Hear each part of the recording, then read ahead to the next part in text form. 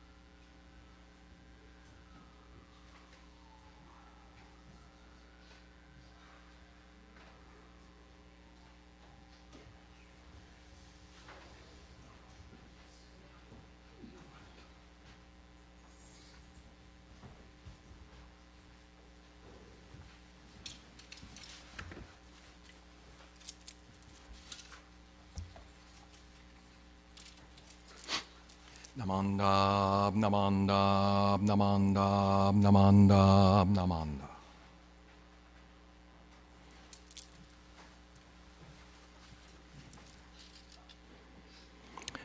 Good morning, everyone.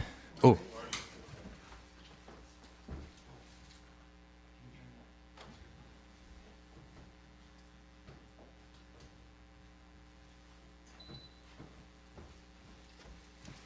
Let's try that again. Good morning, everyone. Welcome to our Dharma family service. Today, let's chant Juseige, and it is on page 23 in the small book and page 93 in the large book.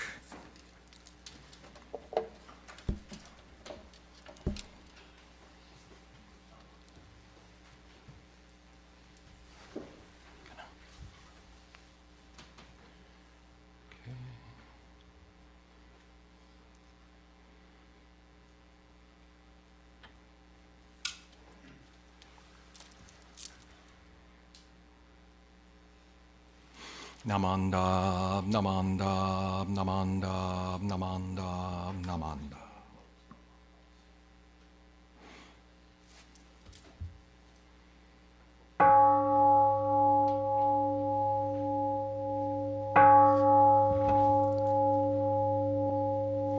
Gagon chosegan,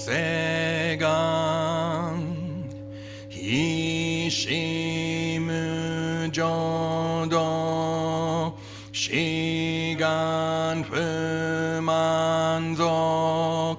seifu joshogak, gaomunyoko, fuidai seshu, fusai shobingu,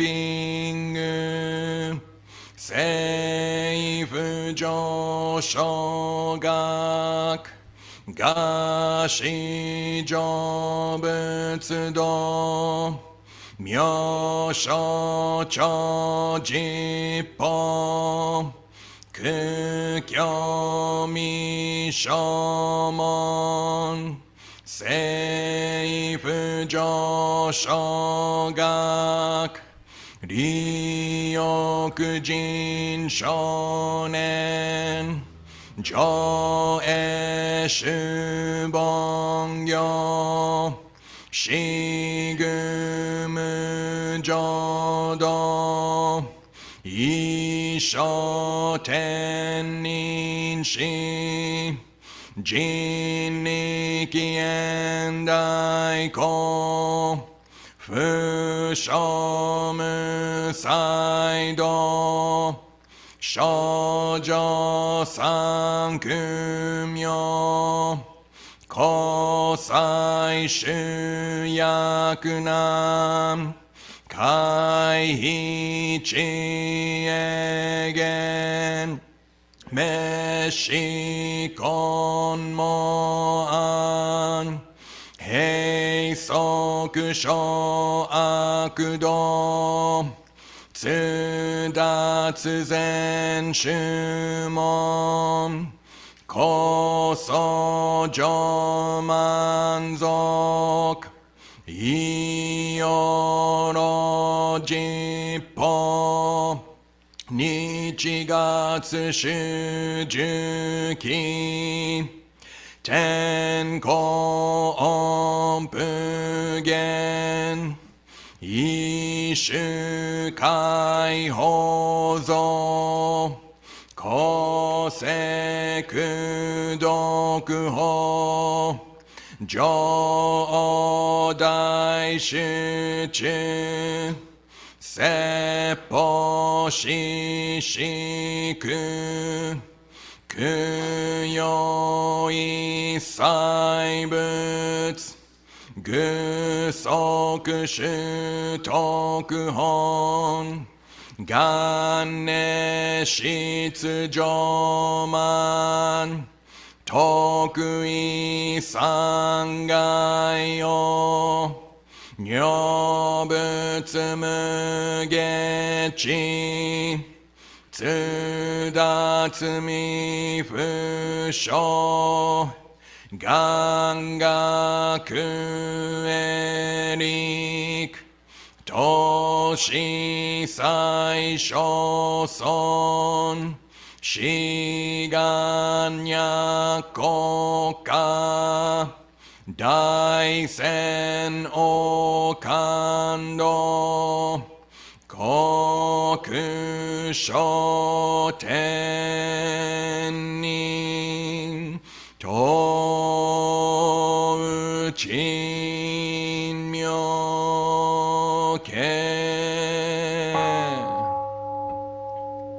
Namandabu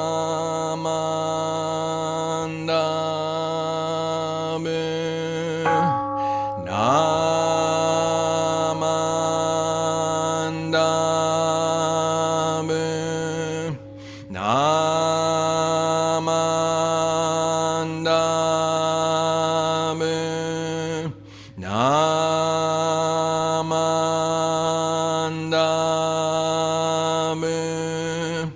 Namandabu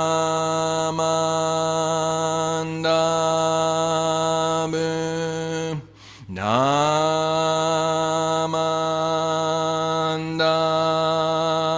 Namandabu Ganni Shikudoku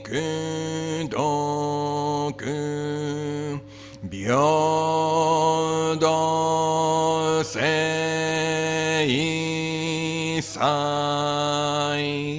Dohoten Modaishin Ojo An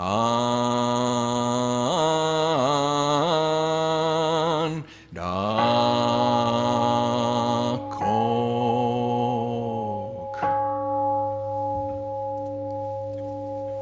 Namo Amida Butsu Namo Amida Butsu Namo Amida Butsu Namanda Namanda Namanda Namanda.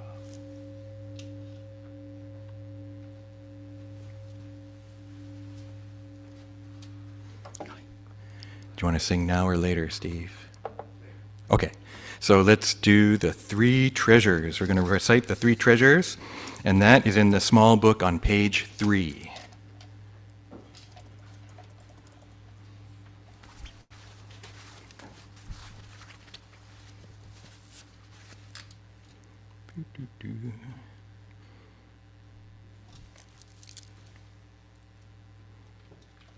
The three treasures. Hard is it to be born into human life, now we are living it. Difficult is it to hear the Buddha Dharma, now we hear it. If we do not deliver ourselves in the present life, no hope is there that we shall be freed from suffering and sorrow in the ocean of birth and death. Let us reverently take refuge in the three treasures of the truth. I take refuge in Buddha. May we all together absorb into ourselves the principle of your way to enlightenment and awaken in ourselves your supreme will. I take refuge in Dharma. May we all together be submerged in the depth of the doctrine and gain wisdom as deep as the ocean. I take refuge in Sangha. May we all together become units in true accord in your life of harmony in a spirit of universal oneness, freed from the bondage of selfishness. Even through myriad ages of kalpas, hard is it to hear such an excellent, profound, and wonderful doctrine. Now we are able to hear and receive it. Let us thoroughly understand the true meaning of the Tathagata's teaching. Namo Amida Butsu. Namo Amida Butsu. Namo Amida Butsu. Namanda. Namo. Okay. Okay, thank you again, everyone. Welcome to our Dharma family service. I guess my general theme today is happiness, how to be happy. But that's just kind of the container. We might not actually get there, but I received a letter recently from a longtime member, and they were saying, I wrote an article recently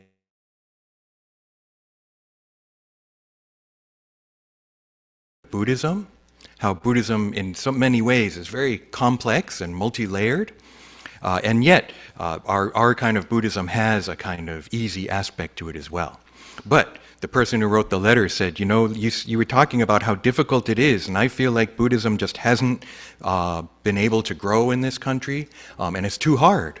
It's too hard for people. People just want to know how to be happy and to be a better person. And I wish that we could do that. And so I'll take it as a constructive criticism and kind of a challenge, and a good challenge, right, to think about that. And that's one of the questions. What is Buddhism about? What's the point of Buddhism? Right? And I'll kind of go along with it in a way. It's to look at how I live my life and maybe gives me a way to live my life that might be different than the messages that I get from our general culture. Right? And so it might be similar, though. Some messages in our culture, I think, might be in accord. Others, it might actually be kind of critical of those. So one thing I wanted to do, another thing they said is, it's so confusing with the Sutra chanting, and what does that mean, and what are we saying? So let's look at that for a second. So let's pull out the big purple book, page 93, and it has to be the big one because that has the English. Okay, so page 93, actually, yeah, it is 93. I'm not going to go through the whole thing, but Juseige is a section of the larger Sutra of Immeasurable Life. I'm already getting too confusing, right? It's already too difficult, but we don't have to chant the whole larger sutra. We can just chant one of these poem sections. Ge means like poem or hymn. And so Juseige is this hymn of the deep vows. So that's one of the things I wanted to mention. The vows of Amida Buddha, of Dharmakara Bodhisattva are so important. So you might know that our mother temple in Kyoto, Japan is called Honganji. A lot of times it's written with a W and it looks like Hongguanji, but the W is silent.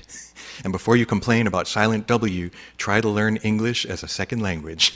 We have so many silent things and letters that are pronounced like 8 different ways, like the letter A or whatever. So Honganji.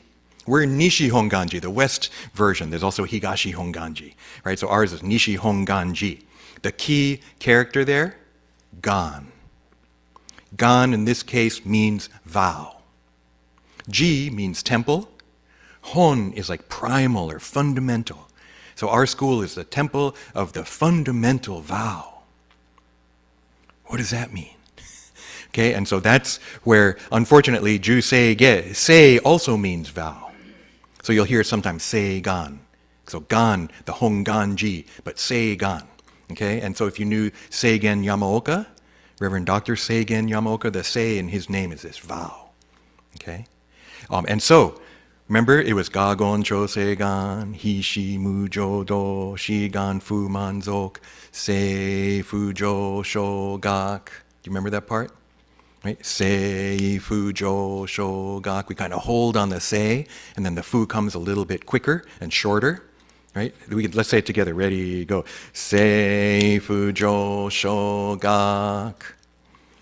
I have to go backwards because, well, no, I don't have to actually. Sei is vow. Fu is a negative. It negates what comes after. Jo, sho, gak. Jo is to attain. Sho is true. Gaku, awakening. So I vow not to attain true awakening. What? What do you mean? But the previous parts say, you can read at the bottom of 93, I established the vows unexcelled and reached the highest path of Bodhi. Were these vows unfulfilled, I would never attain enlightenment. That's what's going on. It's a double negative. If the things I want to have come true don't come true, may I not attain enlightenment. Okay? I've talked about this a little before, right? Often we're told, don't use double negative in English. Right? Have you ever heard that? Don't use the double negative. But it's because people misuse the double negative. And they say, I ain't got no money. I don't got no property or whatever. I don't got a car. I ain't got no money means I have money. right? I don't have no money means I have money, but people misuse the double negative, right? So we're taught not to use it. They use it in Japanese all the time. And I think they liked it in Sanskrit too. That's what this is coming from. If my wish, my vow doesn't come true, may I not attain perfect enlightenment. But later in the story, we find out, oh, they did attain perfect enlightenment. So those vows came true. The vows were fulfilled. That's what's going on here. And it happens 3 times. I should have explained it before we did it, huh? So you got to come back next time and we'll do Juseige. Next time we hear Juseige, right? Sei fujo shogak. I want to attain perfect enlightenment. If it doesn't happen, sei fujo shogak, may I not attain perfect enlightenment. I want to save all beings. If that doesn't happen, sei fujo shogak, may I not attain perfect enlightenment. I want my name, Namo Amida Butsu, to be heard throughout all directions. If it doesn't happen, sei fujo shogak. But he did attain enlightenment, and so Amida became Buddha, became enlightened. Okay? All beings will be saved. The name is heard throughout the 10 directions. Namo Amida Butsu. Okay, so that's what's going on here in this Juseige. These vows, these double negative vows. And the Sanskrit, there's actually 48, and there's expanded version that's not a poem. And those, each one is, may I not attain perfect enlightenment if this doesn't come true. And later in the story, found out they did come true. And so, vows are fulfilled. What does this have to be with being being a better person, being happy? Well, compassion is really, really important in Buddhism.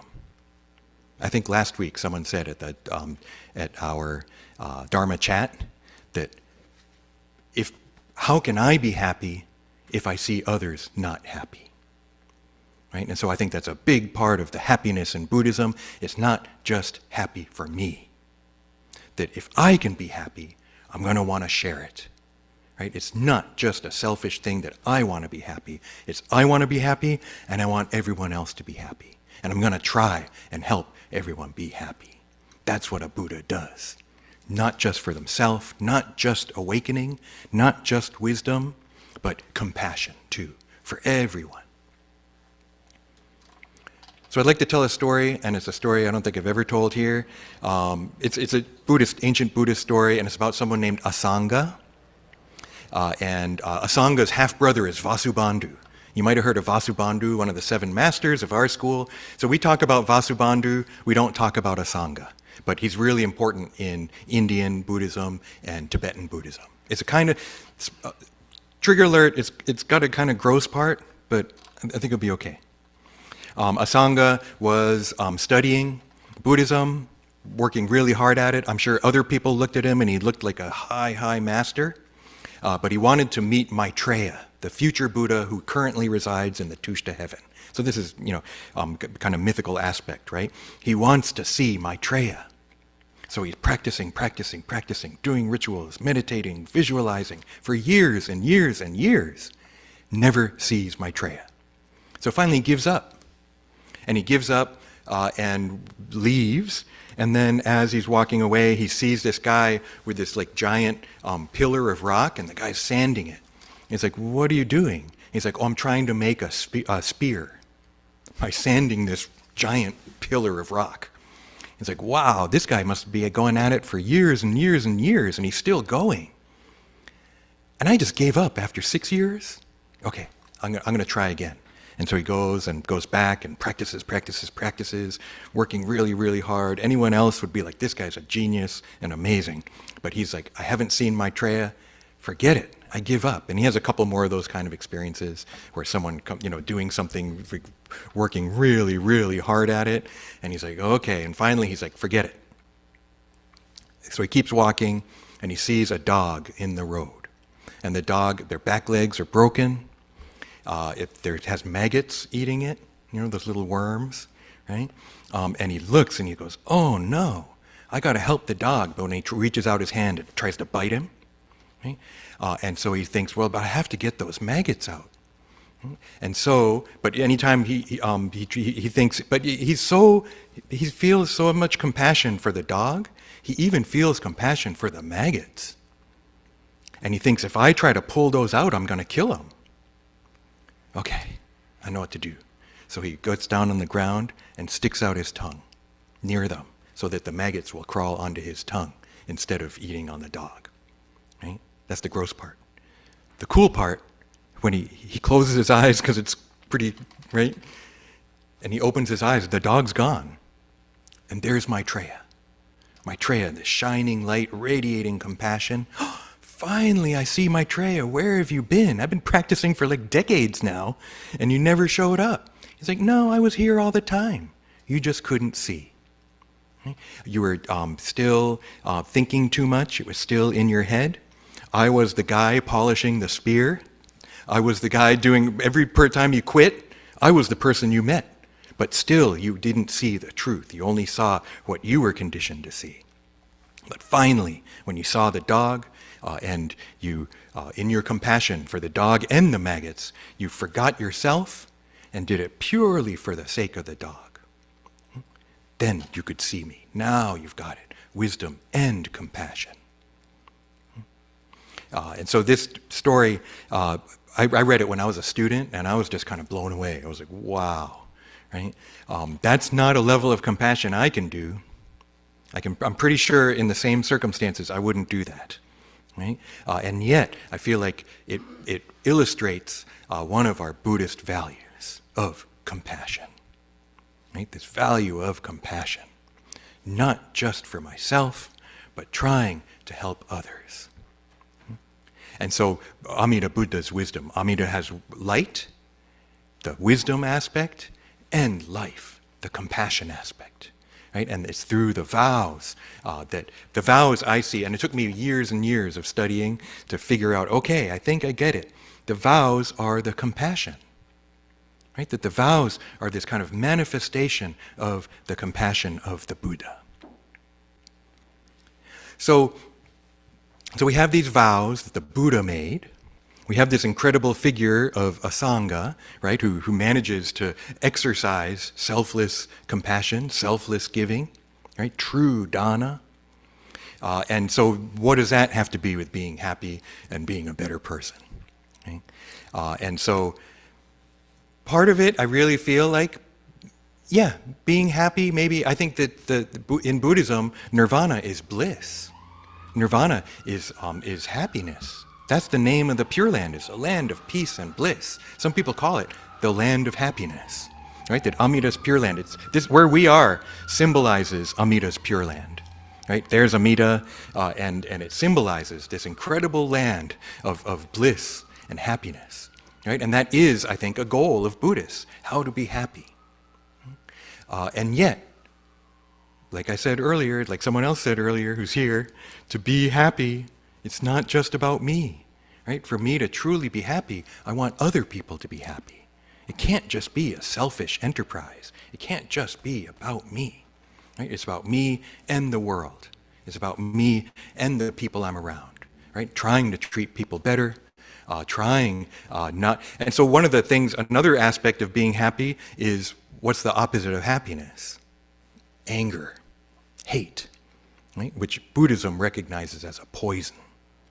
It's not a sin, but it's a poison, right? That we do get angry, but I think we can see when we get angry, it hurts. In a way, it feels good at first, right? I've noticed when I get angry sometimes, you especially if you feel righteous about it, right? And you feel this righteous anger growing, oh, what's wrong with you? Oh, you're so whatever, right? And you can feel it. But then if I really realize it's like heartburn or something. It hurts. Right? My blood pressure's going up. It's almost like bile rising up into my throat, right? And that this anger is a poison. That indulging in anger is not the Buddhist way. Indulging in hate is not the Buddhist way. And one antidote to anger is kindness, compassion, right? To try and put this kindness and compassion into play, into my life, right? Into the way I treat other people. It just happened. So here's the thing. Here's the simple answer. You want totally simple? I'm going to give you the simplest answer. Say Namo Amida Butsu. End of story. That's it. You want simple? That's what you get. Just say Namo Amida Butsu. Namanda Butsu. Namanda Butsu. Just say it. But as Americans, we're like, what are you talking about? I'm not going to do what you tell me to do. I got to know what it is. I got to know what I'm saying. I got to know what this is all about, right? So there's this kind of tension between I want the simple, but you might be tricking me, so you got to tell me more. I got to learn more, right? So this say the Nembutsu is part of it. Yesterday I was driving home from here, and someone. I drive kind of ahead. I drive what I like to think is strategically, right? I don't drive by the car in front of me. I'm looking way ahead of me, looking for spaces. I'm looking at how other people are driving, and I'm looking for what's the best way for me to get where I'm going, especially Route 24 to 13, going that way. And if you're over in the left, you got to get right? And you got to kind of weave your way in and find your way over there, and people are coming over here and everything. But anyway, so I see this one person, and I wanted them to speed up past this truck so that I could go behind them and then go over to the right. But they kind of matched speed with the truck. So I ended up going to the right of the truck, which you're not supposed to do. It wasn't a big truck, right? And then I look over at them, they got their phone out. They're driving along with their phone like right about here. I can't repeat what I said at church. There's kids in the room. I'm not going to say what I said. Even the kids weren't here. I wouldn't say it, right? But I used some choice language. And I was mad. What the heck are you doing? Get off the phone. Don't drive. Don't look at your phone while you're driving. All it takes is like 1, 2, 3 seconds. The situation changes. You're sitting, look at your phone. Whoa. Right? So don't do it. And I'm so mad. And then I realize me being mad doesn't help anything. It's just making me more mad. Namandab, namandab, namandab. Get to my exit. Technically, we're not supposed to use Nembutsu as a tool to try and fix ourselves. But I'm at the point, go for it. Right? We can move beyond that. Right? That's not the end result, but saying Namo Amida Butsu in my daily life, especially time like that. Or that's one example. Anger is a poison. I recognize it. I still get angry. And yet, can I be aware of when I'm getting angry?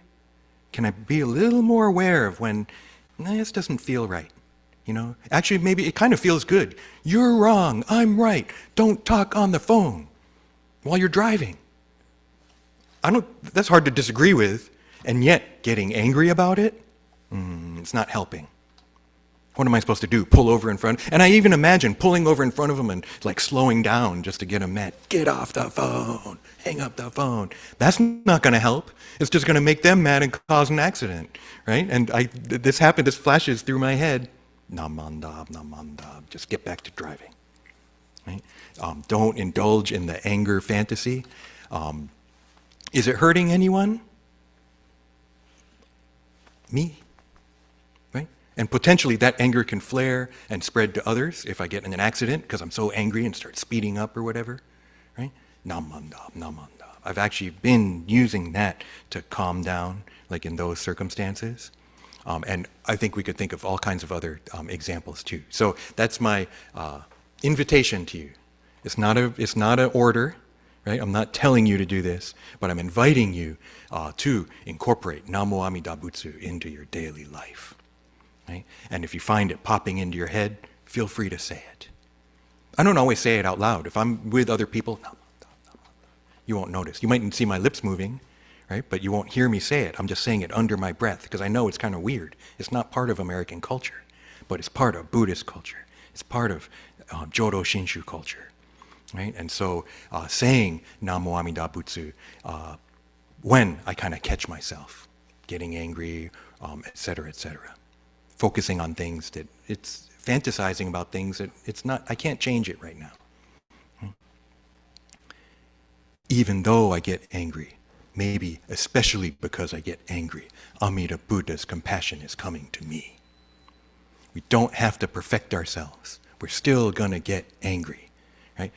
But Amida Buddha accepts us as we are.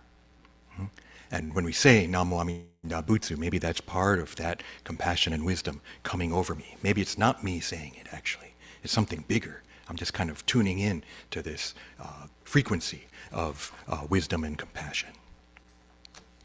So thinking about that story of a Sangha, I don't think I'm going to be capable of doing that, but you never know, right?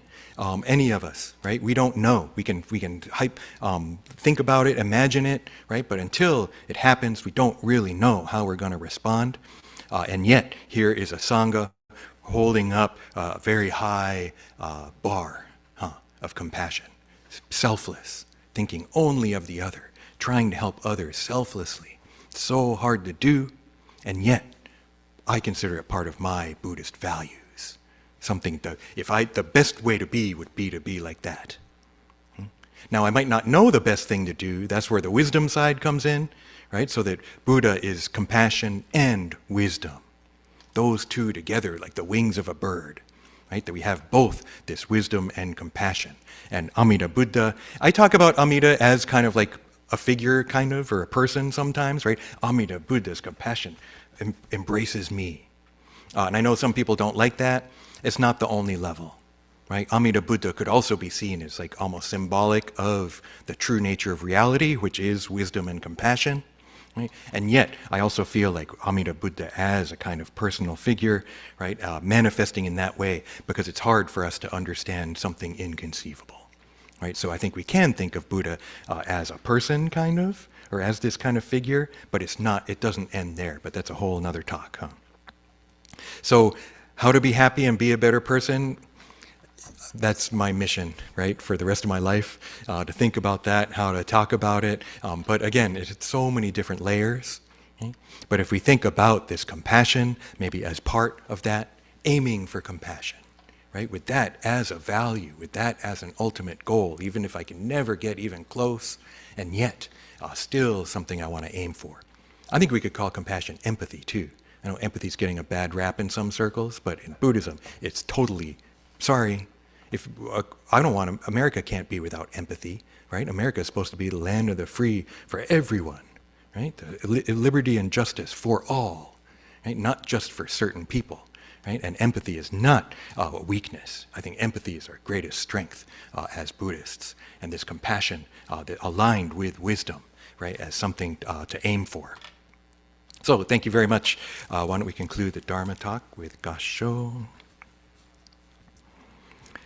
Sei Fujo Shogak, the wish of Amida Buddha for all beings to be happy. Namo Amida Butsu. Namo Amida Butsu. Namo Amida Butsu. Namo Amida Butsu. Namo. Okay, Steve, what do you got?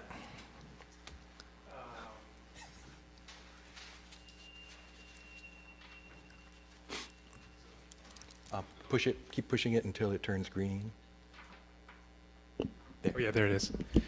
So we're singing the Gatha when we see the golden sun. It's a very old Gatha. It was written by some of our back in the early 1900s by some of the ministers in Hawaii who crossed over to Buddhism. So when you see the words, you'll see the kind of Christian kind of words as they try to use it in a Buddhist context, but in very much what Sensei was talking about the idea of Amida and this whole idea of how that comes into our life and the issues of wisdom and compassion. So I will start. It's on page 101 in the small purple book. That's right.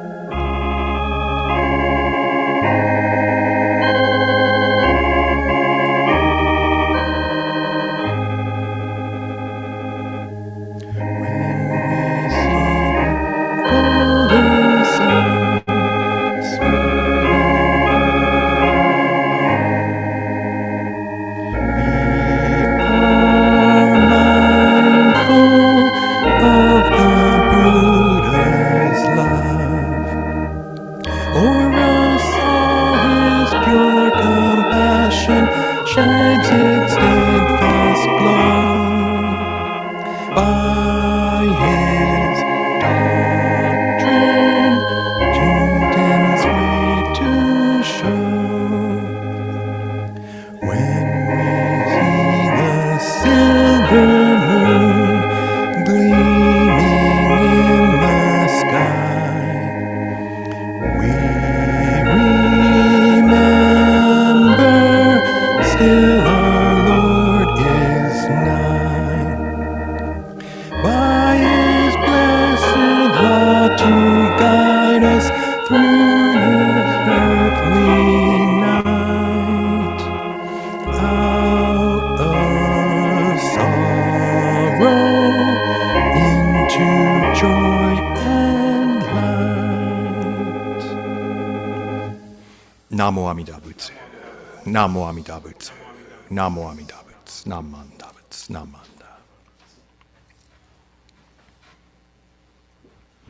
You could hear some of those words in there. You see, you could replace the law when it says by his blessed law. That's the Dharma. Right? Because Dharma can mean law, even just in a legal sense in Sanskrit and in Indian language. But so you have to kind of replace them in your head. I almost sing them different when we're singing it, and then saying, I'll just leave it. Okay. Hand it over to Robert for announcements. Okay, hi. Good morning, everyone. Thank you very much, Sensei. Oops. I'd like to welcome everyone to the Buddhist Church of Oakland. My name is Robert. I didn't get a chance to say hello to everybody this morning, but I'd like to welcome everyone, and especially the friends, guests, and visitors to the church today. I'd first like to thank Reverend Harry Gyokyo Bridge for his Dharma talk and officiating today's service, Reverend Michael Endo for assisting, Steve Terasaki for playing the organ, our host number 8 group, which is providing hospitality for those of us here at the church downstairs, and our Zoom crew for the technical broadcast and of service over YouTube. And you're always welcome to rewatch this service on our YouTube channel. Coming up, just a couple things. Next weekend, next Saturday, September 27th, from 1 to 3 p.m., our Buddhist Education Committee's study class with Reverend Bridge will start its fall season with a new series called Buddhism, Basics and Beyond.